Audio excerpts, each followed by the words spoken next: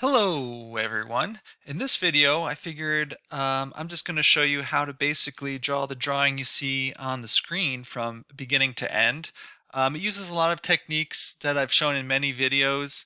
We'll see them all here. I'll show how to do it. But I've never really put together a complete drawing like this in one video. So we'll see how long it takes. And we'll basically get going. Of course, keep in mind I'll be able to move through everything today pretty quickly. But when I did it originally, I had to stop and think about colors a little bit more and what technique I was actually going to use. But nonetheless, we can see how you might make a drawing like this. This is a house I designed, and I just wanted to give it this soft feel of almost like a watercolor technique for the rendering. I thought it came out pretty well. So let's get going, and I'll show you how to do it. I'll move this aside. I did most of the work in Illustrator, actually. I did do a little bit in Photoshop, a little color correction at the end, but I like the control of Illustrator. And what we see on screen now is actually what I brought in. And I'm not showing this, but I designed the house using AutoCAD and SketchUp. And then once I had the elevation and the plans, I just set up in AutoCAD, I set up a layout on 11 by 17.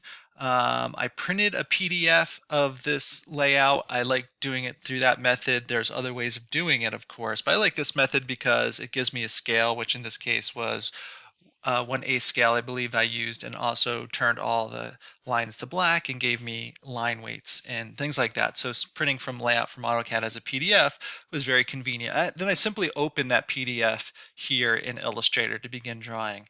And so here we go. We can see I already changed the layer here, and so on and so forth. Now, one thing, and I have already set this up, but you can notice I actually increased my paper size a little bit. I did that in the middle of the rendering when I did it the first time. I wanted more space, but as you can see, the page is 18 wide by about 20 inches long at this point in time, but the drawing itself is still at 8 scale. So that was all the setup. Then we sort of get into rendering, and I'm going to do things I've done in other videos to do the floor plan slightly differently than I've done in the past, just because I can simplify some things now that I know what I'm doing. So I'm going to make a new layer actually. I usually like to keep my CAD layers pretty near the top so I can see those line weights. I'm going to start by just doing what I'm going to call ground, which is just that yellow plane. And I'm just going to put that in for now just so I can see the work I'm doing. So I already have pulled out the colors I used in this rendering, but I'll always open them up so you can take a look if you want to pause the video and take a look at any of the RGB or CMYK values that I use for this. Go ahead. Of course, feel free to select your own colors. So this was the base color for the ground plane that I did. And I'm just going to quickly draw a rectangle. I'm going to totally clean this up later, but I just want to be able to put a color down because the first thing I want to do for the real work is I'm going to fill in the floor plan, and I happen to use white in this assignment, so I want to be able to see that work. So I'm going to make a new layer again. I'm going to call this floor plan here, and I'm going to change my color to white, which I think I also have preset up there. And I'm just going to zoom in, and I like to use my pen tool for this just to trace around this whole shape. It'll take not too long, but certainly this is a little bit boring here, but bear with me and we'll get this all traced out. Just clicking around as we go around the shape. There's lots of ins and outs to this house, so it makes it take a little bit longer than if it were just say a completely square house. I could just use the rectangle tool and get it done. But sometimes that's what it takes. So I'm going to actually go around. This is a little porch thing here. I'll go ahead and do that. And I don't necessarily have to do the chimney, but I will because I'm going to come and poche in the walls and the cut areas. Let me just check. Yep, that's set to white. Just wanted to make sure. I have lots of grays up here. I just wanted to make sure I had it all. And actually, I'm going to come and fill this in. I could have done it. I probably should have did the stairs already, but I didn't. And I'm just going to go, and once I'm in there, I can sort of cheat it a couple clicks like that just to get that stair filled in. And we'll do the same thing for this floor plan here. I think I technically didn't show the porch. This is the second floor plan looking down, and so you would see that little porch there in the distance. I'm just going to fake that in with line weights there. and I'll come out, and this is the roof of the bay below. The bay on the first floor only exists, so this part is the roof is what we're actually looking at, but just for simplicity, I'm just going to make that all white because the plans were pretty simply rendered, and that's what sort of gives this drawing a nice feel to it. So we'll get into some more exciting rendering stuff here sooner than later, but we just got to get this stuff basically started here. And it is a rendering, so if I'm not exactly perfect, like I can probably argue that I actually pulled this out too far. I could, of course, go correct it if I wanted to, but and it'll snap to the point where it should be. But no one's going to look at it closely. This is not a construction document. So there we go. I got the floor plan started. I just used white for everything, so I can lock that layer. The one thing I did do is I post-shade the walls. So I'm going to make a new layer for walls, and I'll just call it. And any of the post-shade. I'm going to get this a little quicker here. I'm going to actually unlock my CAD layer. And the nice thing about the fact that I've already applied line weights from AutoCAD when this came in, I can select this because I used thicker lines for my walls, which is quite typical in a basic drawing. We're going to see how I change this in a moment. But for right now, it really becomes handy because I can go to select, and I'm going to go to same, and I'm going to go to stroke weight. And that's going to select all my thick lines here. And I'm just going to copy those lines out and lock the layer. I did Control C for copy. I could have went to edit copy. I'm going to go to my wall layers and go edit paste in front. I could do Control F, but again, I'm just sort of simplifying this. And I can go, and it pulled in the ground plane line. I'm just going to delete that because I'm working on the plans for now. It's duplicated because I did copy it. I didn't delete it from the original layer. But I'm going to select all these lines here from the floor plan. I'm actually going to use live paint here, so I'm going to just make this a live paint so it automatically can fill in components. And since I have the lines as black, I'm just going to post-shade as black. So I'm going to flip those right around just like that, and I've got all my post-shades already right in there. So so that's pretty much mostly what I did for the floor plans. Now I did do some things with the lines as well. I'm going to get those back in a minute because I want to see the lines nice and cleanly like I have up here to sort of fill in the elevation work as well. Then I'm going to come back and change the lines. You can see the line weights aren't perfect down here, even from CAD. I probably could have, if I was printing these out as construction documents from AutoCAD directly, there's still some line weight work that probably needs to be done. But nonetheless, I can do all of that in Illustrator following up, and we'll see what I do. But right now, I'm gonna jump in here and basically just start filling in the elevation information. So the way I like to work again is generally in layers, so things can cover up certain areas if need be. I'm going to start with what I call siding 1. Which is the base color. And so for that, I just used this pale blue, grayish blue color. So if I open up the color, you can see the numbers there that I used. And I'm going to pull this out now. In this case, I guess I will go around the trim. Sometimes I won't worry about the windows and whatnot. Like I could just go right over this if I wanted to, because it's just part of the mass.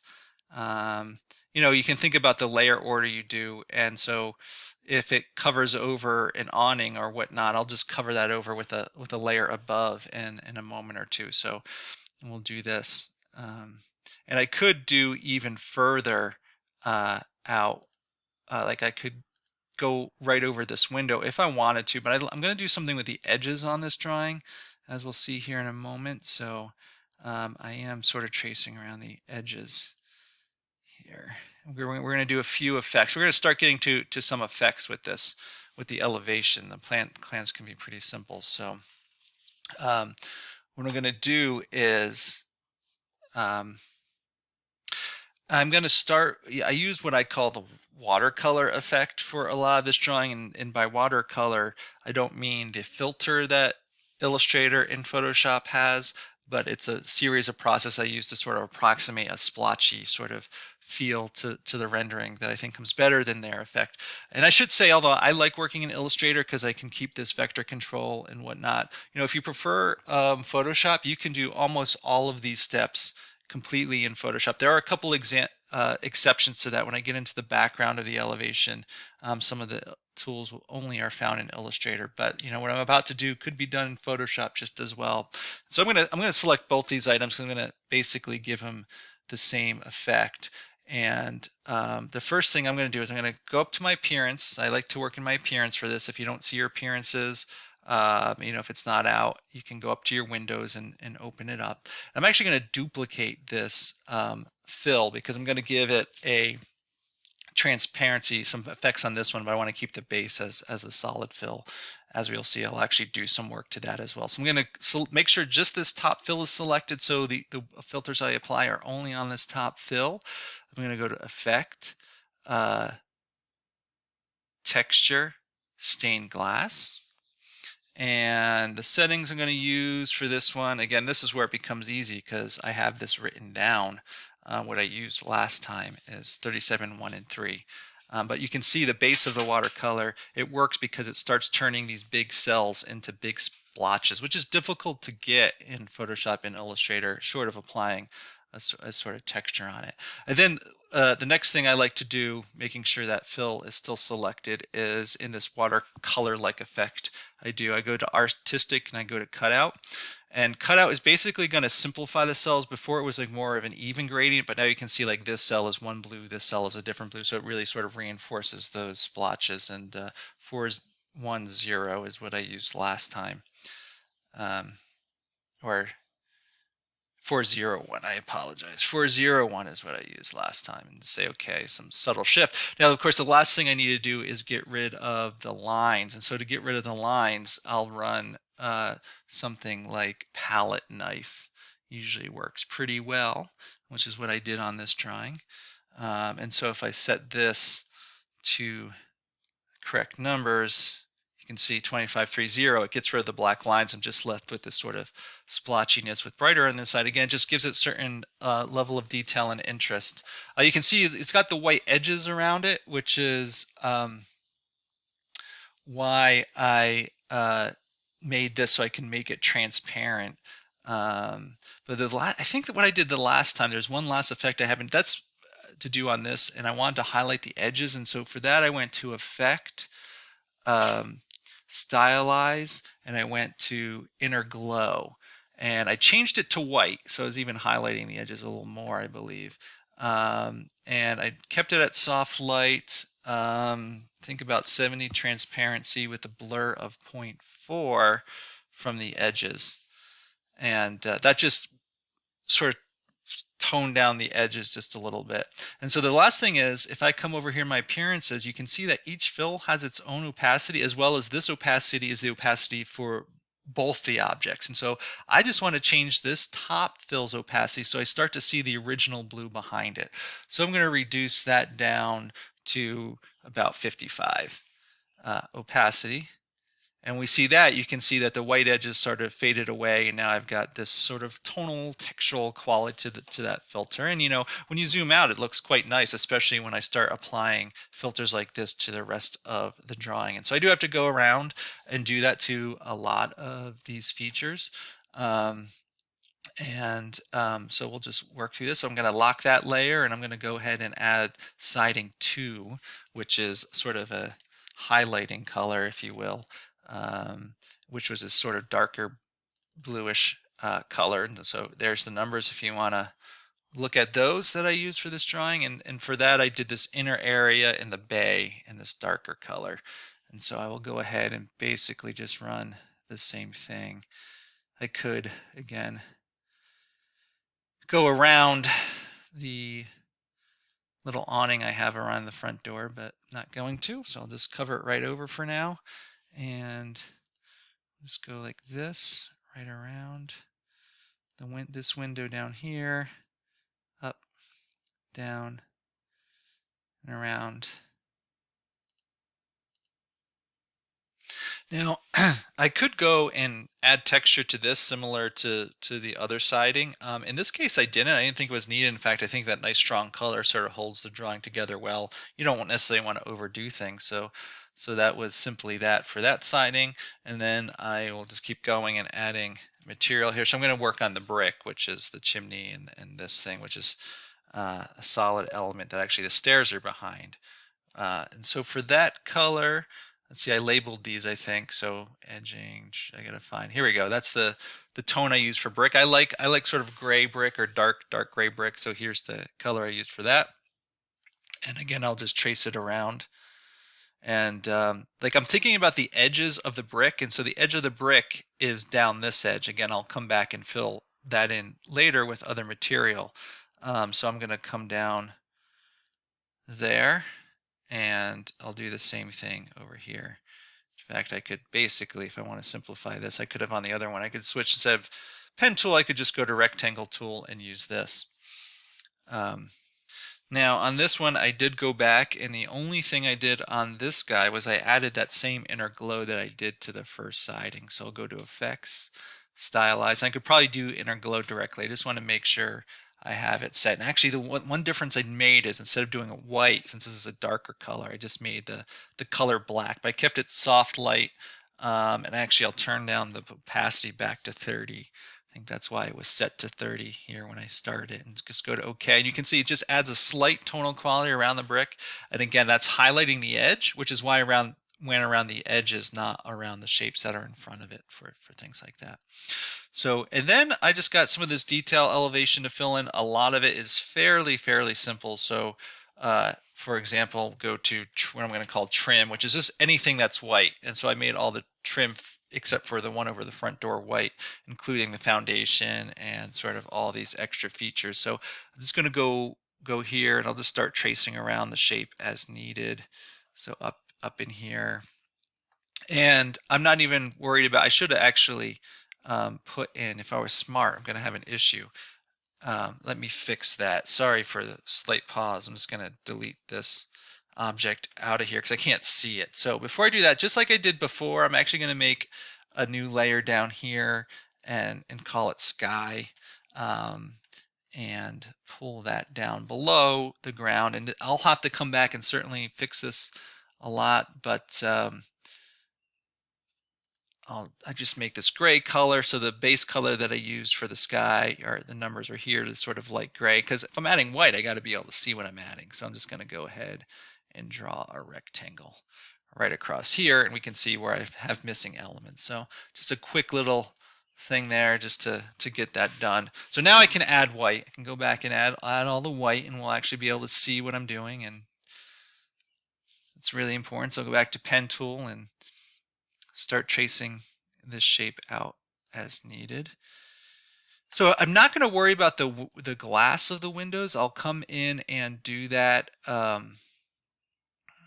in a next step, because I'll just put it on a layer over top. So I'll just go right around. You'll see I can just come in, and if it fills in the window like that, perfectly fine. And again, I'm simplifying the color, so I'm just there's lots of things becoming the same color when I just make it all white like this, and that's fine, because again, there's this, it's meant to be sort of a subtlety of drawing in here. So is it trim? Is it concrete for the foundation? You know, is it even some wood in some cases? Yes, it probably is all of those things, but we're just taking it down into the background.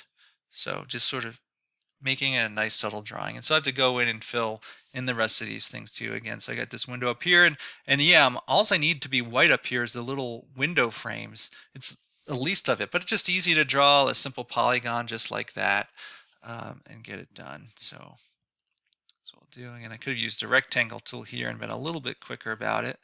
I certainly can on this one. Let's fill that in there, and I'll have to use the pen tool here because it sticks out a little bit. Oh, there we go. Here, I might have to come back in and fill other areas. Perhaps I missed something. Yeah, and actually when I zoom out, I think I actually did this piece of structure here in white as well. So I could have filled that in beforehand, but I'll just fill it in white currently. Heavy timber is what I was sort of thinking. But again, simplifying it just down to white. And actually this will get in shade. I'll have to do shade and shadow later, but that'll make that less subtle, less contrasty than it is currently. So that's all right. So there we go, filled in all the trim. I might as well, just to make this look pretty well, I'll just start filling in the windows. And I actually used a gradient for the windows, which I started with the same base color as the sky. This is that same gray as this here, I believe. And I'll just do the gradient once I fill in the shape. So for the rectangle ones, I can just use the rectangle tool and trace them out pretty quickly. Here, looks like I got some missing lines on the door, but again, you'll never see that in the end. So just sort of eyeball it up just like that, perfectly fine. These are polygons, so I have to switch to my pen tool. Go around each of these.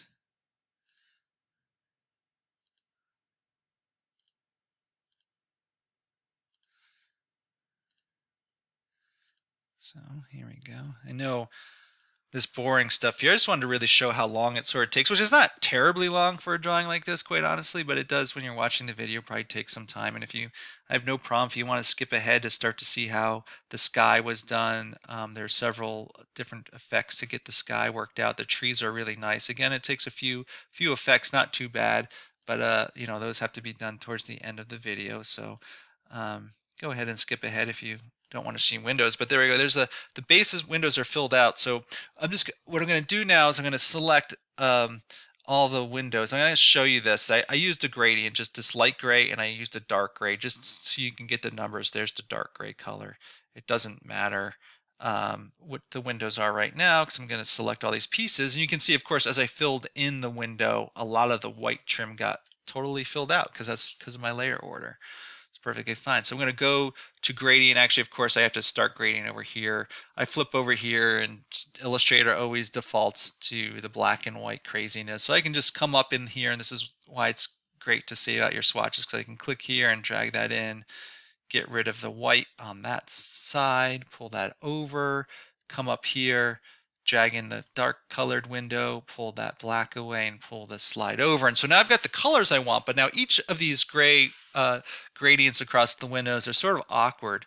So I want to go to the gradient tool here, and what's really nice is usually skies are sort of darker at the top and lighter at the bottom, and the windows are really just reflecting the sky, or oftentimes reflecting what's around it. So I'm just going to start from the bottom of my windows approximately and draw straight up, and you can see that there's a subtle gradient from a lighter gray to the darker gray across my windows. And so if I have all my windows selected and just do one straight line up, I sort of get that effect. This adds that little bit of detail that's really nice. And so there we go. There's my windows. Why don't I go? I had some dark color trim on this as well, the roof edging and things like that. So I'm going to go add that. I'll call it dark trim. And the color I used for that was edging. I called it edging here, but this was the color. There's the RGB value. I can show you all of them here. Boop, just right there. Okay, and so that was pretty much the roof edges as well as the window overhangs. So I did all the same color.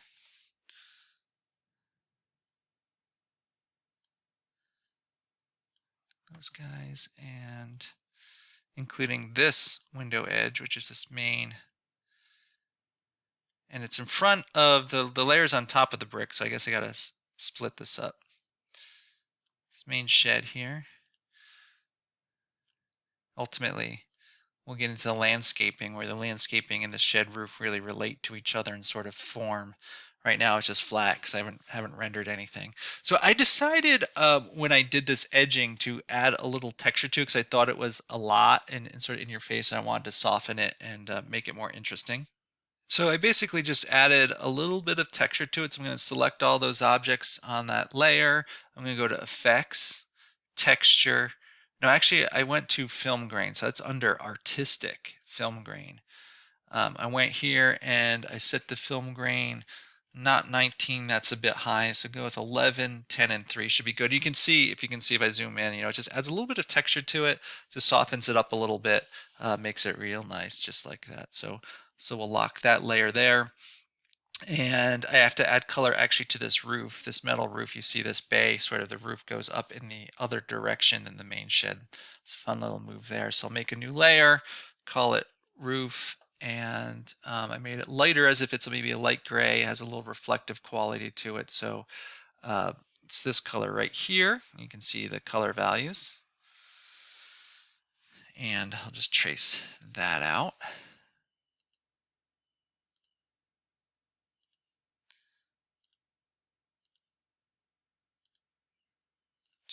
that. And if I'm not mistaken, I think that's all the base color for the elevation. Oh no, of course the important one, which is this overhang across the door. Uh, and in the end, I decided like this was all sort of nice subtle colors and it's small. I just needed a little pop to this. So I'm going to make a new layer for this door overhang or awning or whatever you want to call it, porch, roof, whatever. And I went with this sort of burnt amber, I don't know, color, and here's the color values for it. Just it like worked nicely with the colors and just gave this building just a little bit of pop without going overboard.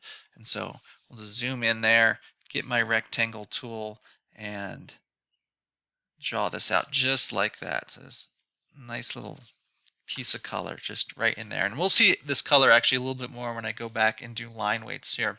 But before I play with my line weights further and my lines in this drawing a little further, I should add shadows to my elevation, because one of the things about this house is there is sort of ins and outs and it's sort of very three-dimensional, and shadows work. Now, admittedly, with the setting that's ultimately in this, which is this foggy early morning scene, there wouldn't be much light to create shadows anyway. So it's not realistic lighting, but I still think it just adds that touch that is really needed to make it look nice, so you understand the drawing as best as possible and being very subtle with it. So when I'm doing shadows in a drawing like this, I'll just make a new layer calling it shadows.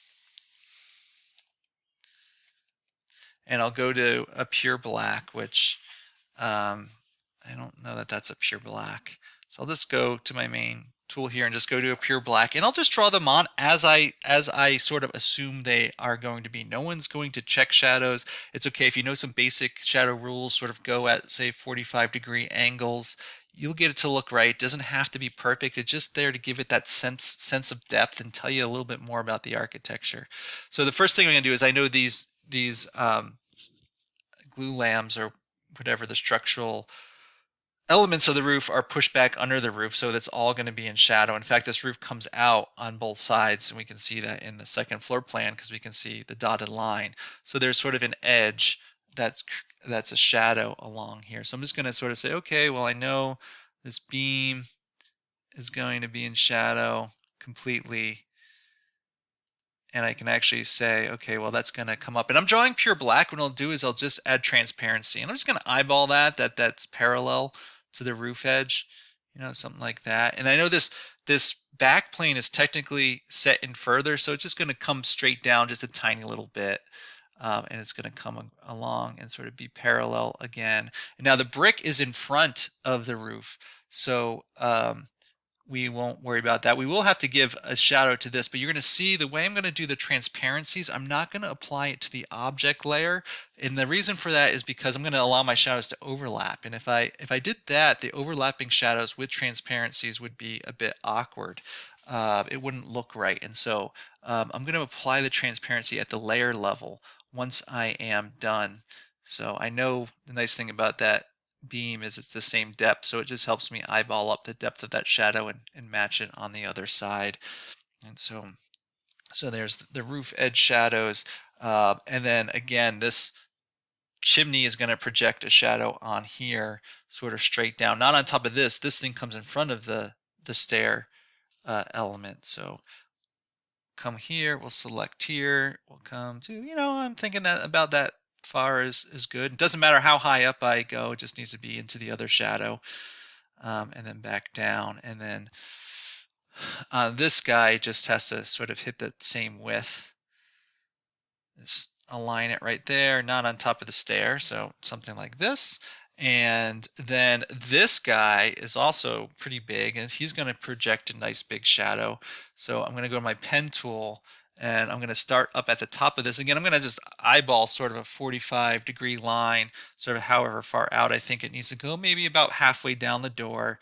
And I'm going to come across, and again, just has to come into this other shadow, because then it gets sort of taken over by the chimney shadow. Now, in this case, we can see I can't quite see the door. I can probably get it pretty close, and I missed it, and so I'll just have to go to my white arrow tool and move it up. Sometimes what I'll do is when I have so much black like this, I'll just turn it to a stroke first, and then I can see the stroke, and then I'll flip it back to this. And actually, sorry, this is a little too pointy. In theory, since it has a little bit of depth here, this should have a little bit of depth. So I'm going to come to my pen tool, go to my add anchor point, and I'm just gonna add an anchor point right there, and I'm just gonna pull it out so it's just straight. So I get that little bit of straight edge that represents this, and it's going to be about the same height, so I can increase that a little bit. And again, if this is not quite 45 degrees, no one's going to measure. It's just going to basically look approximately right. And then I've got some shadows caused by these elements here, so I can go to my pen tool. Again, it's going to be basically this angle should be the same angle as this angle, so I'll just eyeball it up, coming down somewhere through the window, and then it's just going to go straight across. Since it overhangs on the left, the shadow overhangs completely on the left there. The same thing will happen here. Now this shadow, because it's on the left, is a little bit more complicated because it's going to come down about the same depth as the other one. So I'm just going to zoom out just so I can eyeball that depth, and it's going to come out to, approximately here. I can always edit things, and it's going to go up the height of this element, and then up there, and I'll have to turn this right around just like this. So I missed it, so just go to my individual select tool there, direct select, and draw it in. And then the same happens here. So interestingly enough, this plane here is stepped back, so this is going to come down quite low. The shadow is going to come down a lot lower, and it's going to come to this wall here, and then it's going to step up about the same height as this. It has about the same overhang, so it's going to come up to about this height, and then it's going to come over straight across. Get straight across about there, let's say, and it's going to come up for the roof edge again, about the height of that roof edge.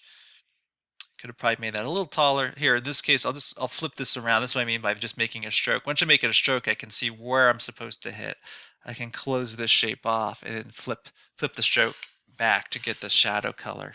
And then actually this plane also comes out a little bit from this plane, so I need a little shadow there. I can go ahead and just use my rectangle tool and overlap and drop that shadow on. And I think I got most of the shadows needed. Actually, there's probably a little one here I'm seeing. So again, if getting the details, it's going to come down at that same angle.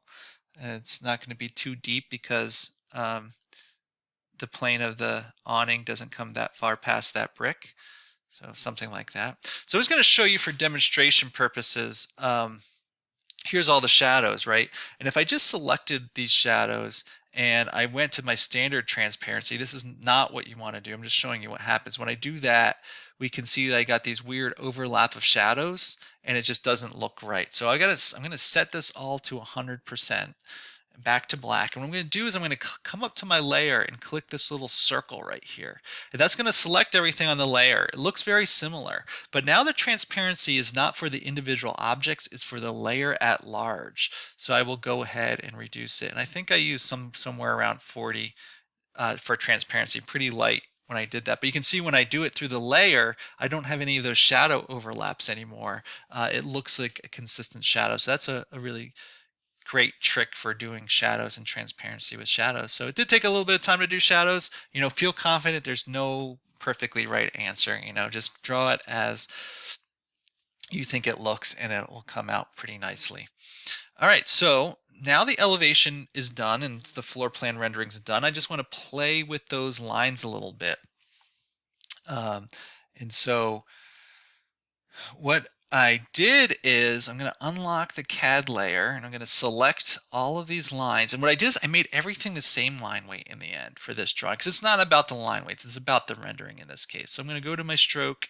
I'm going to change my lines. I made them pretty thin. I made them all the way down to 0.25. And then I actually added some Gaussian blur to these just to even fade here, just to show you that's what they look like. Now they're crisper and that's pretty nice, but I really wanted to fade them way down. So I went to effects, I went to blur, Gaussian blur, and this is way too high, obviously. They're pretty thin, so I only want something. I used 3.1, 3 would probably work. And we can take a look at what this looks like. It's just rendering this here. Hopefully, yeah, just going through. Probably should have paused it through doing this. I didn't think it had to run this for literally each of those lines, and it might take a minute or two, but it will get done here. So I did pause the video to let the rest of that run, and you can sort of, if I zoom in, you can sort of see it just has this very subtle effect to it when I zoom way in, you know. And then in the end, by the end of the day, I still thought this was too much line work for this drawing, so um, I selected it, all these lines again. Some of these filters do take some time here. I over zoomed there, and my computer's uh, struggling here a little bit. Plus, I always find when I'm recording at the same time of doing this, it sort of drains my computer power a little bit, but it's not too bad. Once I'm done with this step, we'll be good. So I actually just selected all the lines again, and I went to transparency, and I basically put it down to 66%, or 2/3. That's another way of thinking about that, to make those lines even more subtle. So where my screen just went black again, I think it's just all the stuff I have going right now, but it'll come through and it'll look good when it's done. So if I zoom in on my lines a little bit, I can lock the layer too because I am done with it. You can see very subtle, little squishy, a little from the blur, very light, but that's all it is. It's not about the objects. It just gives you a sense, oh yeah, this floor plane does work, but that is not, it's not a construction document. It's not about the lines at all. Very subtle. The siding becomes nice and subtle. You can still see it. You get that richness of texture and things, but the rendering and everything else is doing a lot of the work. Actually, I'm just realizing I actually did one more thing to the shadows that I should do, because they look flat now, and it's sort of, as I look at it, I can realize I did do a special effect, I believe, on the shadows as well. So to bring the shadows in line with the rest of the drawing, I did sort of go ahead and add a few effects to it. So I'm going to unlock my shadow layer. And again, I did this all at the layer level, just like I had to do transparency. So it affects it. The overlaps don't matter. It applies it in total. So I'm going to click that dot there, and I can check out the appearance. And what I did was I did inner glow. All right, I just had to go help my son with something for school, so that's why I sort of abruptly ended that effect I was sort of working. But what I did was I went to filter, stylize, and inner glow again, which is what I did on a lot of the forms up in there. And I think I used white, but in this time I used center, and I think this is pretty much what I used when I did this, and so I'll just say okay. And you can see it just adds a little, makes the edges of the shadow a little darker. Again, just brings out a little bit of texture to it, and we can see it's over here. And I did one more. I did film grain again, just like I did on some of those edges. So I went to artistic, film grain, and let this come through. And this is what I used, 920 and 1, and said okay. And it's very subtle once you have the transparency into it. So there we go. Now the shadows are looking really nice, and basically the floor plans and elevations are done, which means it's time to work on the landscaping. Now, one thing that I ended up doing is I actually did change the architecture slightly, as we'll see. They'll have to make some changes to this elevation and arguably the floor plans, because once I started to do the landscape, I'm like, you know what, I can make some tweaks to here. And making good drawings should always help inform design, and so we'll see that as I sort of move through. What I'm going to do first is I'm actually going to go ahead and make the edge of where I want the slope of my ground to be, because right now I just drew the straight line just to keep things simple, but this is on a hill. It's meant to sort of reflect the same as the shed roof. So I'm going to make a new layer for that. I'm actually going to try doing this differently than I did it originally, and hope this works out maybe more simply. We'll see what happens, but I'm going to call this section line here. And I'm just going to, again, it wasn't meant to be technical, so I'm just going to go use my line tool, and I'll just start with the color black for now. And I'm just going to draw approximately the shape that I think this should be. So I guess, it was sort of bumpy and whatnot. I gotta sort of come up and over, zoom in a little bit here, if it'll go. There we go. So up, and I'm not worried about rough corners right now. I'm going to use a tool to sort of soften that out here in a moment. So I'm going to come up, I'm going to make sure it gets sort of close to this line. You know, I'm going to add maybe another bump here, somewhere at the house area. You know, it sort of comes up and it basically comes straight, sort of flattens out at the location of the house. Maybe sort of go over like that, and then have it actually continue to sort of go up the hill. And I can always adjust this line afterwards. It's just a rough go here now. And actually, I'm going to take it off the side of the screen, and I probably should do the same here as well. And that's just because of the effects I'm going to use. And that's going to be true for the ground and the sky and everything as well. I'll pull them off to the side because some of the edges will be a bit awkward. So we'll pull them up here. And then I'm going to sort of make this a nice thick line. So I'm going to go to my stroke, and I am doing this differently than I did last time. So I'm not sure what the number should be. I'm just going to be testing it out live. 12 seems reasonable. One thing I can see is that one thing I'm probably going to need to do is bring this actually in front of the house. So I'm going to pull this layer up and move this section cut all the way up in front of shadows there and sort of pull the line there. And I might even choose to pull down now that it's so thick. I think the thick is, I'm going to go with 12. I think that looks okay. But since it's centered, I'm going to pull it down. Actually, I'll just move the whole thing down. I'll go to my black arrow here and just hit the arrows on my board just to sort of get that top of that line sort of so I can see those elements just like that. All right, that should be good. And I'm going to set the color. And so the base color is a sort of brown color, and I meant to put that on the stroke. So let me undo that, come back to my swatches and set it to this color here. Again, I'll have to adjust the yellow for the ground plane, and I'll do that in a few minutes here. But here's the colors for that. And what I'm going to do now is I'm actually going to come to my appearance, and I'm going to take the stroke and I'm going to duplicate it so we don't see much of a difference. But I'm going to take the bottom one and I'm actually going to make it larger. Actually, I might just take the I'll take the top one and make it smaller. I'm going to try 9 and see what it looks like. I can always adjust it later. I'm going to go back to the second one, which is wider. We don't see anything because of the same color. What I'm going to do is I'm going to make it this darker color here. So it gets this edge. And so you can see this darker brown color here than the numbers I used for it. We'll cancel it out. And we see that. We see I've got an edge, sort of this lighter color and an edge. All right. So now what I'm going to do is I'm going to select this and I'm going to duplicate this again. And I am going to turn this one back into this darker color brown, and I'm going to make it smaller still, maybe something like 5, maybe even smaller. I'm going to try 4. I can come back through and try it, and then I'm going to come back. I'm going to still be selected on the line, and I'm going to take this lighter one and duplicate that again and move it to the top. It's going to block out temporarily that other line, but I'm going to make this the smallest size, so maybe something like 2. And so what I have is I've got like a dark line, a light line, a dark line, and a light line, and a dark line just by setting up this method here.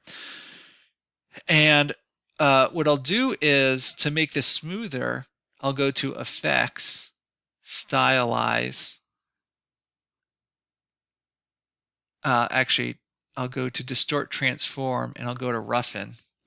And we'll go to preview. Actually, oops, you know what? I want to select the whole path. I want this to apply to all of these objects here. So I'm going to go to Effects, Distort Transform, Roughen, and I'll go to Preview. And one thing we're going to do is we're going to turn it to Smooth. And we're just going to turn the detail level and the sizing way down. Pretty much as small as it can nearly get. Right? And so you can see it just has this sort of rough level here. One thing I did it slightly differently the last time because I'm having an issue with this line here. I might need to sort of break that up and do that separately, but we'll just see. We'll see how it goes. I feel like it's a little rough there. It looks good here and looks pretty decent over on that side, but through the house it's a little bit more than I want to go. So let's see what happens if I break this up. Go to my scissors tool and I'll break it right there. and I'll break it right there, and we can see that starts to help a little bit. There's a little bit of edge there, but I think when we're done we won't notice that at all. So that looks pretty good. That just scissor tool, I think that's going to work pretty well. And I still have freedom to like move this line around, right? I'm not going to, but if you're like, oh, you know what, and I did the first time, I sort of really thought about it. I didn't get this exact shape the first go. I just pulled the points around until we got what we wanted. And then the other thing that you can look at doing too is I applied rough to it all, but I can come in here and maybe do something like, let me take this guy here, this stroke, and apply a second rough into that. So I can go to here. Let's go to rough in here. We'll go same thing, preview, smooth. We're gonna pull this pretty small as we can get. I might have even done absolute on this case so I can get a little bit of jitter just in here. So you can see now that line's not perfect anymore, right? And I can actually apply that same thing here to the light brown one. So I should be able to just select that one and apply rough in the same way. You can see I just have it so it's not perfectly matching the outside edge, which is sort of nice. And I'll just go ahead and apply that rough into the other pieces as well, just to get that inner edge. Just there's a little bit of shake. It's probably in the end not even really needed. You probably don't even notice it much because we're still going to do one more thing to this, but we'll just do it there to give it a little bit of hand look there. And so the last thing is just to add a little bit of texture on this. So I'm going to zoom out just so you can see the whole drawing here. And I'm going to select all three pieces of here, and I'm going to go to Effects, Pixelate, Pointillize is what I used on this one, and I kept it pretty small. I think 3 was the right answer. You can see it makes it this nice sketchy feel, and when I do that, just zoom in, you can see that the sort of imperfection of that inner line is coming out like, oh, maybe the pencil was different line lengths and whatnot, comes out really nice. You can see that where I split it doesn't even matter anymore because it's has this roughened quality. I could probably adjust it slightly here if I wanted to. It looks a little off there. And again, I just can select the line, go to my direct select white arrow, and just pull this up until it matches close enough. Right, just like that. When you zoom out, you won't even know how imperfect or not imperfect it is. Okay. So the next step, what I'm going to do is I'm going to work on that yellow ground and get that to be sort of have this nice watercolor effect that I had on it. To do that, I'll just come back to my layers, lock the section line. I'm going to unlock the ground color, which is way down here in my layer list. And I'm going to start by just bringing the yellow way up above that section plane. I'm going to have, since it's angled, I'm going to have to all delete it. And we can see once I do that, I'm going to have to delete this line from the CAD layer as well. I'll get to that because I'll make some edits there. But make sure it's nice and tall. And now I know because of the effects I'm going to use, I'm also going to need to make this wider on the sides. I'll show you why and how I'll address this, and the bottom as well. And that's because the effects I'm going to use are going to sort of put like too much white around the edges, and I don't want that to happen. I want to have that off the page. So I'll just make the whole thing much bigger than it needs to be.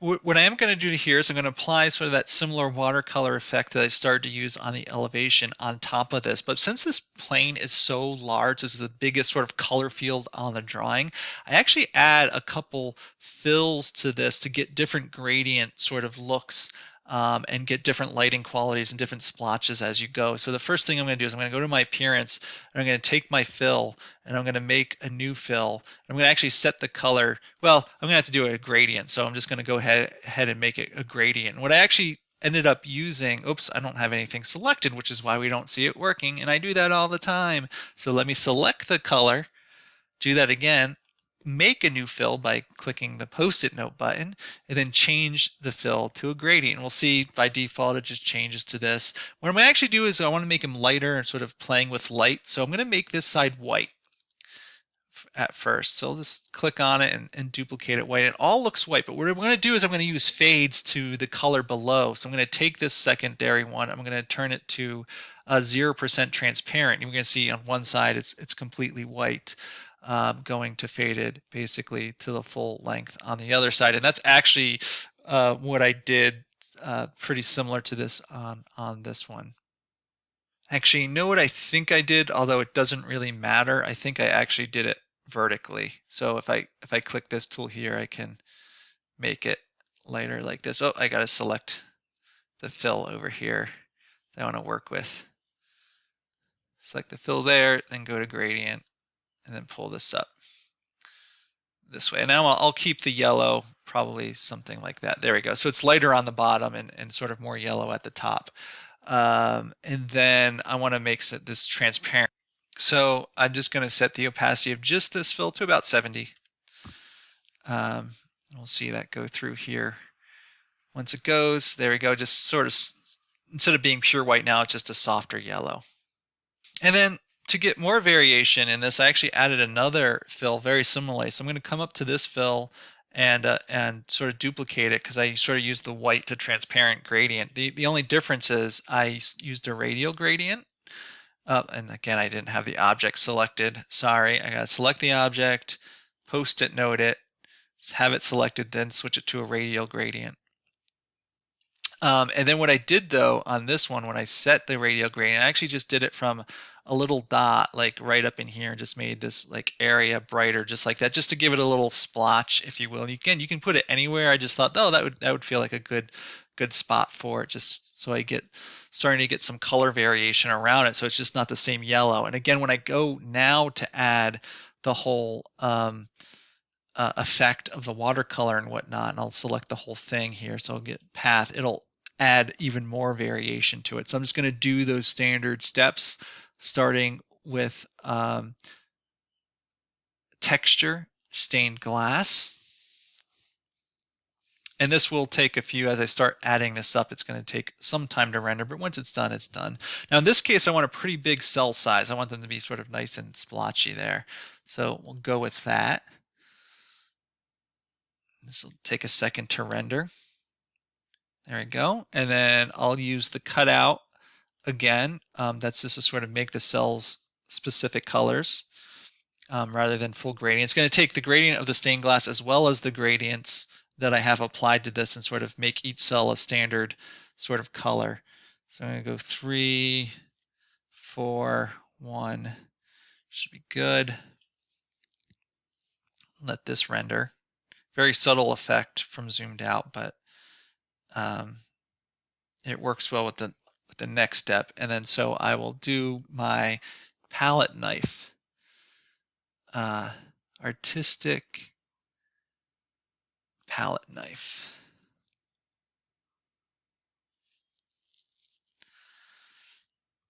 This one they start to build up on top of each other. You can see it starts to get a little bit slow.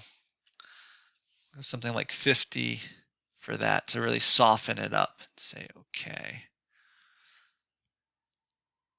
And this will just render, and hopefully I've got it right this time, so just this one rendering will all it take. I can then lock it and it won't slow us down much further from that point. So once this is done, I'll show you how to sort of clean up the edges. You can see I can start, like the reason why I made them longer is because these tools, they always leave this really extra white spotches around the edges. And so by pulling it off, I just didn't want those in it. So we'll get this here. It's going to render one last time.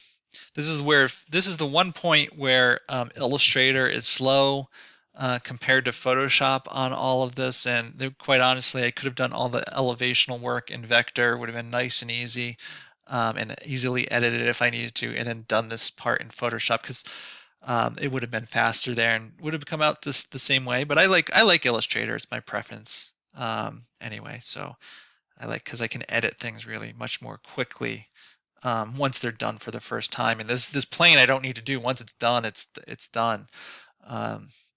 The nice thing about this technique too is I could have gotten a texture of watercolor from the internet. I could have, but I wouldn't have been able to control the bright spotches where I wanted to, the exact coloring. So I have full control when I make it myself. But if you want to go quicker, sure, bring in a texture from the internet and apply it. And you can see I've got this nice subtle texture all across this drawing here now, and we'll have to clean up this edge here. in a second.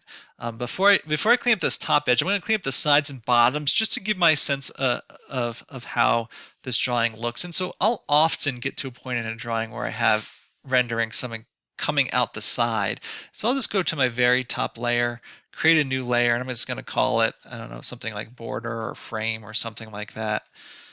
And I'm going to eyedrop this gray color, that's the off-page color for Illustrator, and I'm just going to go to rectangles. I'm just going to draw rectangles right around here, just wider than it needs to be, just to block it out. Again, do I have to do that? No. I just like to give the sense of the proportion of the drawing once I start going outside of it. So we'll do this here, and I might have to do it to the top as well when I get to the sky, so I'll just early on do that. Here you don't even notice it. You just have to remember it's there. And now we have the tougher one, which is to get rid of this part here. And there's a couple different ways you could do it. I think the way I'm going to do it is, and so it might have to re-render when I go do this again, is I'm going to use, I think, a transparency mask. I could use a compound path to get the shape as well, but I'm going to try it with a transparency mask, which I'm going to go to transparency and say make mask. I should have thought about this before, because if I was smart, I would have made the mask before I applied all the filters. So it wouldn't have to keep rendering it every time I did something to it. But I might end up just pausing the video here when it has to re-render, because you don't need to see it again. So once it renders, it sort of turns everything black on the mask. I'm going to click on the mask over here, which means it's turned off. I'm going to unclick check to turn it to white. And it's probably going to have to re-render, so I'll come back when it's re-rendered, and I'll show you how to mask this out. All right, so I am on this square. You probably barely see it's highlighted. I'm going to set my color to black, which is going to take the shape away. And I'm going to go to my pen tool. I'm just going to trace out the shape of this thing here. And actually, you know what? If it's going to render with each click, which it is, I'm going to have to jump out here real quick, turn off all the effects back to pure yellow, come in, do the masking, then turn them all back on. It's what I should have done. It's the faster way. And so we'll do that. So I didn't show this in the recording, but I basically jumped outside of my layer mask, turned off these with just the eyeballs, I just clicked them off so it stopped rendering it all the time. And I'll come back to my mask, come back here inside of it, and I'll just move more quickly. So again, make sure I'm set as black. And I'm just going to trace in. So the line, I just be in the middle of this line that I made here. And you can see what the black is going to do. Wherever there's black in this layer mask, it's going to make the object transparent. So right now, it's closing off the shape, so I see the white of the paper below down here, which is fine. Once I come across the top, I'll come here and I'll just click up as high as I want, doesn't matter, and click across. And we'll close here. And I got some white paper here. That's because I'll have to bring the sky down when I start working on the sky. We can see I now have the yellow takes the shape of the ground plane, just like that. So once I'm done, we see the black shape looks like there. I'll click back down into regular drawing mode. You have to do that. Oftentimes I forget. I have to go to transparency and click back onto the object. Of course, in this case, I have to do one more thing, which is turn all these guys back on. And so I don't have to torture you with the rendering. I'll just pause and come back. So there we go. The ground plane is done in all its subtlety, so I can lock that. And if we want to just zoom out just a little bit, we can take a full look at sort of the textural quality of that. And next I'll begin to work on the sky. So I'm going to come up here, go to sky, unlock the sky, and I'm going to just pull it down. This is going to be underneath the rest of the object, so it's perfectly fine just to sort of pull down like that. We won't even, notice it. Maybe a little extra here. And then the same thing, because of the ground, I'm going to do something very similar. I'm just going to pull it out to the sides and up above, because I'm going to apply those effects that we might not want to see the edging of. And it's all under the frame, which is why we don't see it expanding. You can see the black line at the edges of that. And I'm basically going to do something very, very similar to the rest that I've done with these effects. I'm going to do one little twist on it though, but I'm going to start with texture, stained glass. Make it nice and big, cell size again, so it gets nice and big splotches there. Actually, you know what? I'm going to cancel this really quick. because I'm gonna add a gradient across here as well. Actually, I think what I ended up doing for this object is I just didn't add a gradient in total. I just made this lighter. I made it just lighter gray. Sorry, a lighter gray, say something like that, because I actually added fog, which dealt with the color change. So I'm just going to change the color gray. Again, you can see what the color it is. I just guessed it, the color. And now, so I will go ahead and add this stained glass. Again, something nice and big, so like 46. Say OK. Do cutout.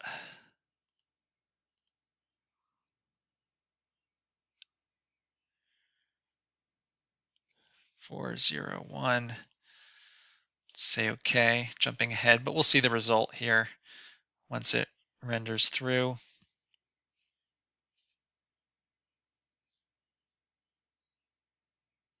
There we go. And just like before, some palette knife, which once this all goes through, we'll need to render. Computer's getting a little slow here. Lots of things running. Effects. Artistic palette knife.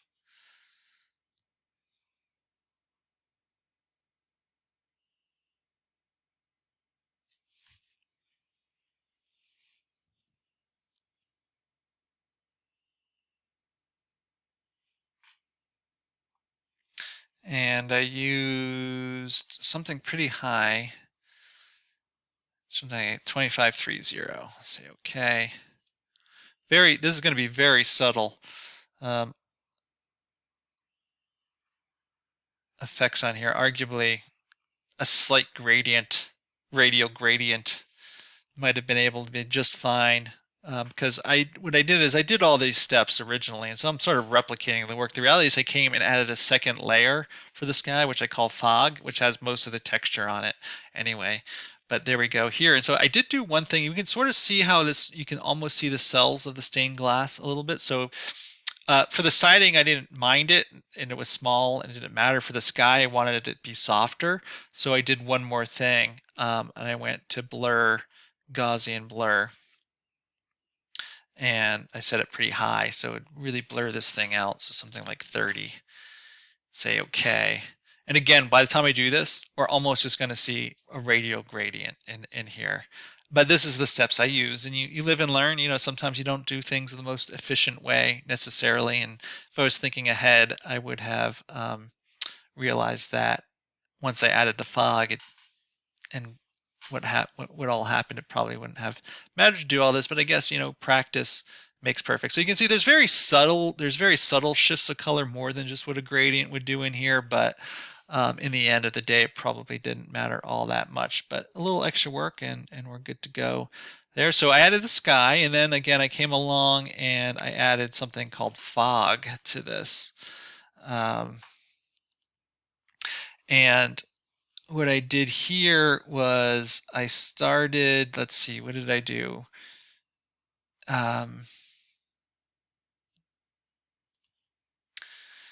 right, so I have my fog layer. What I'm going to do is I'm going to select my fog color, which is I reused a color for the windows and the sky, the original sky. So just to remind everyone, it's that color here. And I drew pretty wide shape. Sort of went something like this, and I'm going to use this. I'm going to use Scribble, which has, again, does some weird things with edges. So I'm making sure I'm sort of pretty wide around my drawing. If it sticks out there, they're perfectly fine. And so we'll give it a go like this. And I'm going to go to my appearances. I'm actually going to duplicate this layer and give it a go there.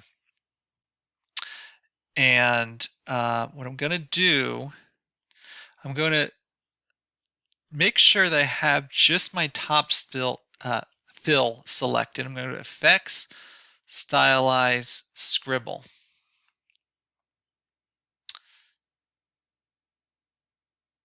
And until I apply the effects, we won't see why don't I cancel this out? I'm just going to turn this off temporarily so we can see what's happening to here, because we're going to apply some transparencies and things to these things so we can see this all working together, but that's not set up yet. So I'm going to go to Stylize Scribble again, and we can see it's going to make a bunch of these lines. And so I want this to be set at about 55. That's what I used last time. In fact, it took some quite practicing, and so the shape even that you draw really matters for something like this, and so I might have to make some adjustments as I go, but I'll show you the numbers that I used the first time around because I have them recorded and I'm just putting them back in. So something fairly thick for stroke weight you can see there. And curviness I turned up pretty high as well to 29, and the variation of those I thought was important, so 13. So it's all blending together right now, so it's going to really come into creating more spacing on this. And once I do that, spacing, you can start to see it just putting these crazy lines in there. And again, I'll do variation on this as well. So that is basically what I used the first time. So we'll give it a go. We'll see how it looks. And then I actually feathered just this fill out again. So we'll go to Effects, Stylize Feather, and it was pretty small. I did a pretty small feather at like 0.2. We'll say OK. You see, just sort of adds those effects here. So now I'll come in and I'll turn on this second fill, and of course it just looks totally gray here. So I always want to change the opacity of just that bottom fill to something like just a little bit. I think I just used something like 75 just to turn it down a little bit. Okay, so we sort of see a sort of lighter gray, sort of scribbles, medium gray, sort of darker gray, because the scribbles are all adding up together. And then what I did is I took the whole path itself and I changed all of its opacity down pretty low to something around 40. So it really starts to shade it back. And then I feathered it again to blend this all together. So Effects, Stylized Feathers, second feather, which I did pretty high. I did more like 2 inches this time on the whole object. Oh, actually, you know what I'm going to have to do? I realized I made a little tiny bit of mistake. It's going to fade out slightly different. We'll see if this is the first feather I did. I meant to keep that right under that scribble. So I'm just going to click and drag and pull it up there. It should just subtly be different. It might not even matter all that much. But there we go. We did that. And then I just added a little bit of film grain. So Effects, Stylize, I'm getting tired here. It's artistic. Effects, Artistic Film Grain. I am getting close to the end of this. We're going to do the trees next and some tweaking of everything. So there we go. 1910-3 is about what I used. And this will all render out. And I just wanted these streaks to sort of go up almost like you can just barely subtly see them there. Hopefully you can see them on the video.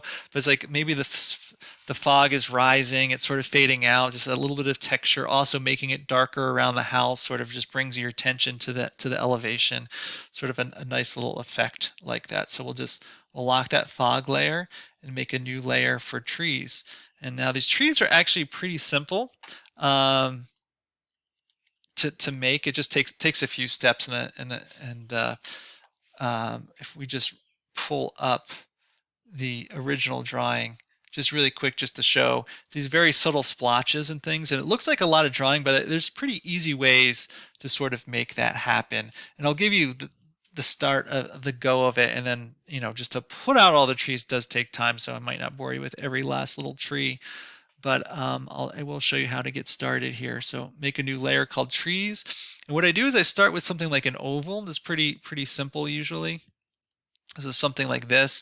And I set the color pretty dark. I use transparency in the end, obviously, as well. So I'm just trying to find what...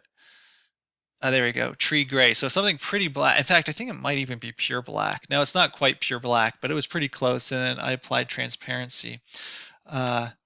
But essentially what I did is I took a shape like this, and I might have to play with different numbers, but I just went to the roughen tool. So I went to Effects, Distort, Transform, Roughen. I went to Smooth, and something like 13%. I should turn on preview so we can see that sort of takes on that shape, and somewhere around like 6 uh, for the detail level. To get something like this, just sort of, whoops, make a shape that looks like this, so it looks sort of like it could be branches. Then went to Effects, and I applied a feather to this, something around like 0.25, give or take. And we can see it just softens it up like that. And then if you want to make it more transparent, I think I set it to about 70, maybe lighter, because I think I use different transparencies across the page. And then to actually make some of the uh, uh, darker, sometimes I just duplicated the object. So what I do is I just copy that shape now once it's set up, and I can make it bigger, and it'll sort of take on a new shape, right? I can make it bigger and sort of just use my selection tool and make it bigger. And as it makes, if it becomes bigger, it comes a unique shape. If you need to change the transparency down, go ahead and change the transparency down to make it whatever you want. Actually, you want to make this a lot lighter. The transparency is not going pretty quickly there, right? And so you just make these little branches. You can overlap them to get some darker areas in there, just like that. And if you want to, you can distort it a little bit. So if I want to like not make it a perfect oval, sometimes that adds a nice little effect, like that little branch sort of almost rising right there, just very subtly. And maybe I'll even take this one, and for the top I might just rotate it this way and squish it a little bit to give it a topper, right? So I put the tree here, and I can select it all, and because of the layer order, you might even put it down below the ground a little bit, and there you go. There you have a tree. And then of course, once you have one tree, all you need to do is select all of those objects on there, and you could group them if you want to, but you can just copy them all over. You can scale it up, doesn't have to be proportional. You can change transparency as needed. You could take an individual one and change the branch just to make sure it certainly looks different, right? And then once you've got another one, you just put that one down, and you go across. So I'm going to do that because I had like, many trees, 10 trees in here. You don't need to watch me make them all. Also, don't be afraid to hang your trees off the edge of the page, because the trees don't fall perfectly on. So having a tree off the edge on either side also works quite well. So I'm going to pause this. I'm just going to go make the rest of the trees, and I'll show you a little trick there at the end of this. So here's a bunch of trees that I have in here. Again, you can see that sticking off that side. I'm just going to select all of these trees here for a second, because I want to show you a few things here. You can notice how even I have this big tree off to the right here, and it's mostly off the screen. It's just to give that tree an edge there. You want to make sure your trees are popping out above the house, because the trees are often taller than the house. I probably could have deleted some of these extra ovals in here because you don't even see them at all, but that's perfectly fine. I didn't do that. And then the other thing I did is, you can see I tweaked the transparencies on some of these from originally as I sort of went through. But the other thing I did, as I sort of came up to the right-hand side, I also started to add a color to them. And so I made them this dark color green, rather than the dark color gray. And so there's the numbers on that. And I just sort of gave the few over here that green color, and then let it fade over to gray. So this adds this depth and sort of richness to the drawing in that way. So the trees I think look great, and they're really pretty easy to do. When you make an oval, you add those effects, and you copy it around and play with transparencies, and that's all it is. So you can see that sort of duplicate sometimes. Like, so I had a big one and a small one to get some of this highlighting effect. So don't be afraid of like putting ovals on top of ovals to get darker and lighter spots, but you just play around, and it doesn't take that long at all. So have fun with those trees. Um, There's a few steps left that I did to actually complete this drawing. It's substantially completed at this point in time, but there's a few more things I'll do. There's two basic steps. One is once I did it, I realized I wanted to do something on this edge, and so I pulled away here. I have to finish completing the building here, and I put some stairs down, so it's like you could be hiking up and you just sort of walk up onto your porch, and that came out of this drawing again. I said this at the beginning, like I didn't originally intend that to happen in the plan, but it's sort of when I put it on the drawing and saw how it was fitting, I was like, ooh, this could be a really great opportunity, which is when your drawings tell you something about design, that's always important. So I'm going to go do those steps right now. And then I did some color corrections in Photoshop. Actually, I did one other thing as well. Before I fix this porch, I added a texture over my whole thing to give it more of that watercolor feel. I wanted to give it like the paper feel. So what I actually did is I went all the way to the top underneath my frame layer, but on top of everything else. And I'm just going to call this paper. And I went online and I just downloaded a texture for watercolor paper, and I have that already saved out. So I want to see my whole drawing here. So there we go. I'm going to go File, Place, and go to my textures here. I tried other textures. I ended up not using any of these for the drawing. I ended up creating my own watercolor in the end. But here we go. Watercolor paper is right here. The one I use is here. And I just started off the screen just a little bit and clicked and then pulled it. Oh, there we go. It's going a little slow here still. Whew. There we go. Made it really tiny for some reason. Anyway, we'll just stretch this out. I don't know what I did here. There we go. Okay, here it is. So I get it in. I'm just going to cover the whole page. It's basically, it doesn't have to be super proportional to the original. It just needs to be bigger than my page. And we can see it looks like watercolor texture. And basically the thing I did is I first went to my blending mode under transparencies and turned it on to multiply. It basically gets rid of all the white and keeps black and grays become semi-transparent. So we can see it adds that texture right over. It's still too dark of a texture, so I went back to transparency and I turned the opacity down pretty far. I just clicked on 21. We'll see how that looks. Maybe that's too light. Let me set that to something like a third, 33%. Type that in. Yeah, that looks pretty good, I think, when we zoom in. Anyway, you can set it to whatever you want if you want it darker or lighter, but that looks good. So I'll lock that layer. Now I'm gonna go ahead and add these stairs like sort of going down, and so I'm gonna have to do it in a few layers. I'm gonna start with editing the CAD layer. So first thing I want to do is I'm gonna have to have the foundation come all the way down. So I'm gonna take this line that was the original ground line when I just wasn't thinking about it, pull it back to, actually I can just don't even need it at all. I'll pull it all the way back. Probably could have deleted it if I wanted to. But this line I'll take straight down, to about that line there. And I'll come back and fill in the white. Now I'm going to add a bunch of steps that also come down. Actually, I could add the steps in. I think I'll do it slightly differently and just fill it in. I'll just put about that height. And so I'm just going to go to my pen tool and I can see how big a step is. Again, I could trace this out if I wanted to, but I'm just going to eyeball it.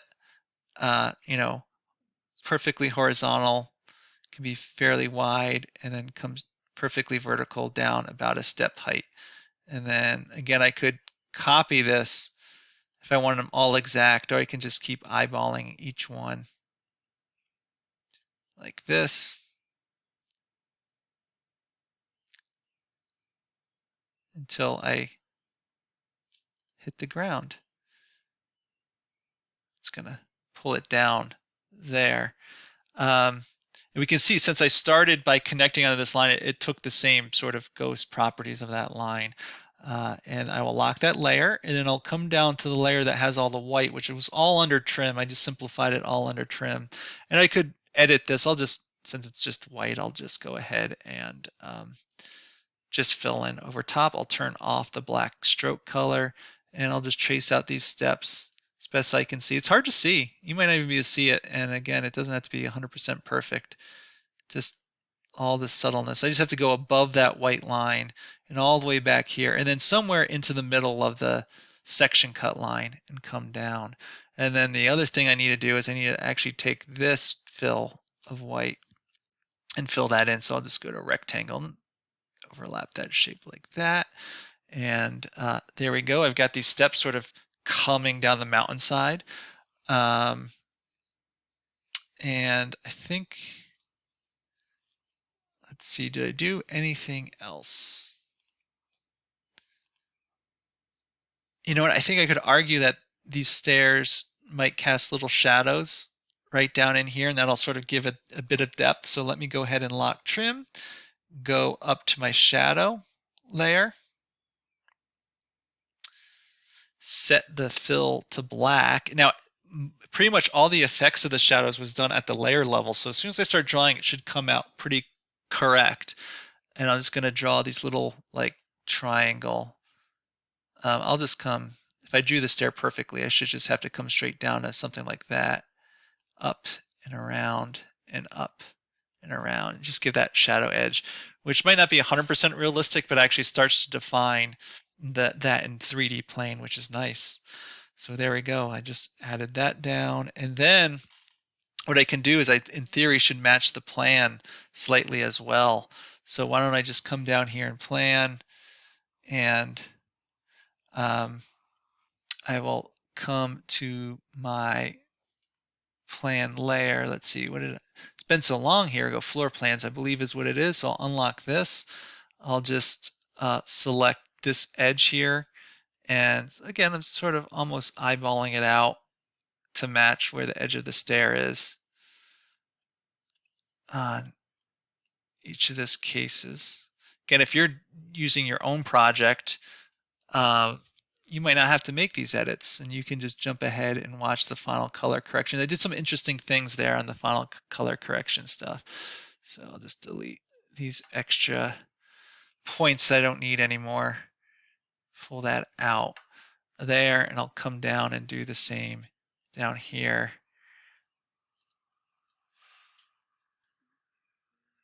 Just match it.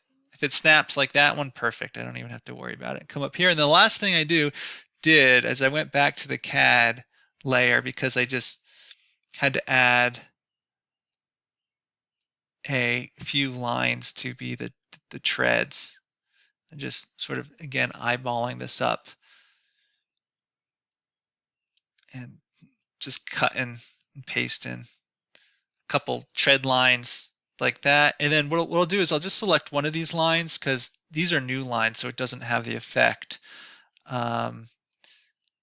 I should actually draw the outline of those stairs first.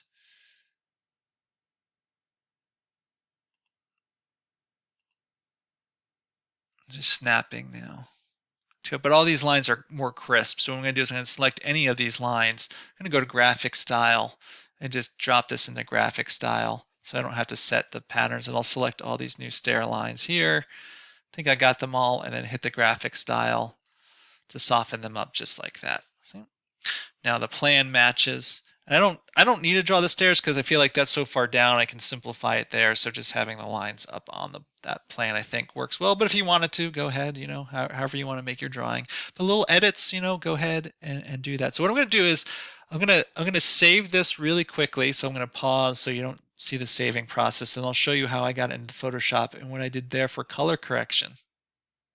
All right, I'm back. I got this saved, so that's all nice and good. And so to get it into Photoshop, I could open this directly in Photoshop, but if you remember, I actually have a frame around this gray frame. There's lots of art outside of this image, but I only want the paper size. So to just get that, a great way of doing it is to just go to File, Export, and save as Web Legacy. And then this will come up, and I'll load the image just for a second as it sort of thinks about rasterizing all of those elements. And the nice thing is you can change different file types, so something like a PNG, JPEG, it doesn't really matter too much there. You can actually change the quality, like how much you want it to be, how many pixels you want it to be. So we can see that's pretty small, so I might even up that is still probably going to be pretty small pixel size. It'll just make it larger on the screen, but you can see it's automatically going to clip to the artboard. That's the default, but if it's not, you just check this button right over here. And then you can hit save and save it where you want. You just have the image of the artboard saved out, which is a great trick whether you're going to Photoshop or not, because many times maybe this is just the end of the file and you want to get something from Illustrator, but get rid of all the extra stuff that's around the board. This is a great way of doing it. So I could probably make this as a higher quality, but instead of letting it re-render again, we'll call this, good enough, because 2000 by 2500 approximately, it's still pretty small image size, and for the video that's perfectly fine. But for work that you might print out or whatnot, you might want higher than that. So I'll just hit save, and I will put this somewhere. Let's put it in. Actually, let me just put it on my desktop for now. I have it called For Video as opposed to the original one. We'll just save that. And we will open up Photoshop, which I already have open off on the screen. And so I will just open up that drawing. Okay. Desktop. So it's called For Video or something like that. Right here. Here we go. Got it over here. Pull this in. I'll just attach it to the top of the screen so we have it here. And basically, I just did one thing I started by doing is I just went to adjustments and went to levels, and I hit like auto levels just to sort of bring up and tone it out. And I was like, okay, well, that's good. That's pretty simple. But when I started looking at it, I was like, okay, the colors are nice. The effects are really nice, but I feel like some of the colors were still a little separate from each other. I wanted to sort of, and maybe also a little too bright. I felt like the yellow got a little bit too bright. And I always wanted to tone all the colors together. And so what I did there is I actually just duplicated my layer. So I have a copy of it. And what I decided to do was I went, and if I knew yellow, the opposite of yellow is sort of like purple. So if I applied purple over top of it, it would start toning it down. So I have this violet color. You can see the colors here. I set that to my foreground, and I set my background to black. And what I did is I went to Image, Adjust, and I went to Gradient Map. And I actually did the reverse of that. And so we can see it takes the lighter areas and just makes them that violet color, and then it makes the darker areas just black with violets in between. And so I got this sort of purple version of the color. And then all I did is I turned this way down. I don't remember exactly. It was pretty low. It's just somewhere around like 20%. You can see what that does is it just really it does two things. It tones down the yellow a lot. That's because it's purple.